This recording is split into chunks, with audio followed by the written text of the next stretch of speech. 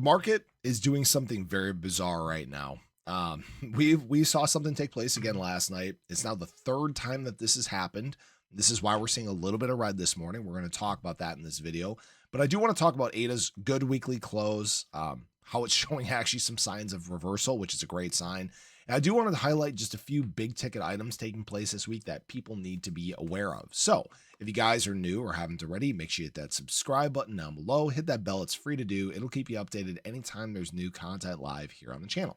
So yes, ADA did have a very good weekend, all things considered, right? After coming off of just a brutal mid to late last week, for us to have back-to-back Dragonfly Doji candle days, which are bullish reversal candles, that is a huge sign to begin the week. Now, obviously, we started off on a red note, and I'll get to this more in just a moment here.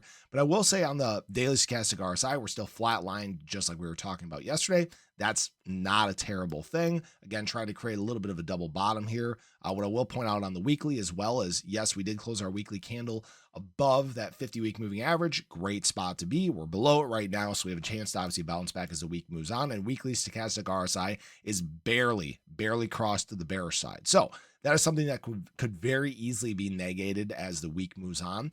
And something I'd want to show you guys as well is on the hourly chart, we're actually building a bit of an inverse head and shoulder. I know there's a viewer that keeps talking about a longer term inverse head and shoulders, which we have talked about before. But on this shorter term, this could be the exact turnaround that we're hoping to see. And we could see ADA actually running to somewhere in the mid 70-cent range as the week progresses. We'll have to wait and see what happens, wait to see what the overwhelming sentiment is as the week carries on. But I will say BTC right now is at about 104,388. And this red candle right here is the reason why we're seeing a lot of red throughout the crypto market. And unfortunately, this push is happening, it seems like, for one reason and one reason only. And that is that, lo and behold, James Wynn opened up another $100 million BTC long position. And I'm sure you guys are tired of seeing this and tired of hearing about it. But of course, this was opened up right when BTC got up to about 106 or so. And you guys can see that that was on today's daily candle. And then lo and behold, last several hours, look at right about here, I think is where he opened it. And then boom, right back down. All right. So yes, this is a bizarre thing that is happening in the crypto market. And we're seeing one of two things, either just major PTSD from retail and they're dumping and capitulating and you know, maybe there's some of that taking place, but it also shows that there's some pretty big manipulation going on in the space trying to liquidate some of these people that are trying to move the market up. And I really don't know what else to say about that, but it's very clear this is now the third time this has taken place. I'm curious to see. I think his liquidation price is 104.5. So he may even be liquidated at the time of filming this video. Go figure. But that's unfortunately what is kind of giving us our sea of red this morning. Now, what I will say is that first thing of the week, Jerome Powell is going to be speaking today. Now, this is what event is this? It's the Federal Reserve Board's International Financial Division's 75th anniversary conference. He's going to be speaking at 1 p.m. Eastern Standard Time today. I believe it's Eastern Time.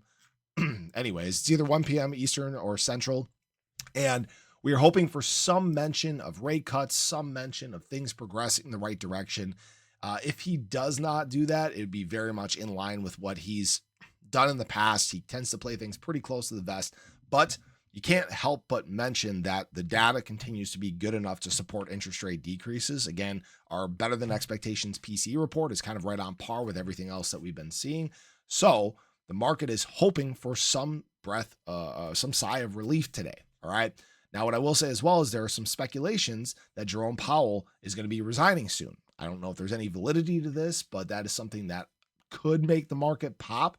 I think the market is kind of exhausted. The fact that we're not making progress on interest rate decreases, whereas you have nations around the world that are in fact doing that and that are injecting liquidity to stimulate economies. Not necessarily happening here in the US. Yes, there is money printing going on, but you know, that would be huge for the crypto market. All right. Markets in general, actually. But what I will say here as well is on Friday, we are going to have our jobs report. Now, this is going to be a big one because, again, it's another one in the line of supporting these interest rate decreases. We don't want any surprises here. And I think now we've gotten back to a point of normalcy. And what I mean by that is, you know, we're not having any surprises from Doge cutting government jobs. It seems like the employment situation is pretty decent here in the U.S., but that's the stuff that we're going to have to watch for as the week progresses.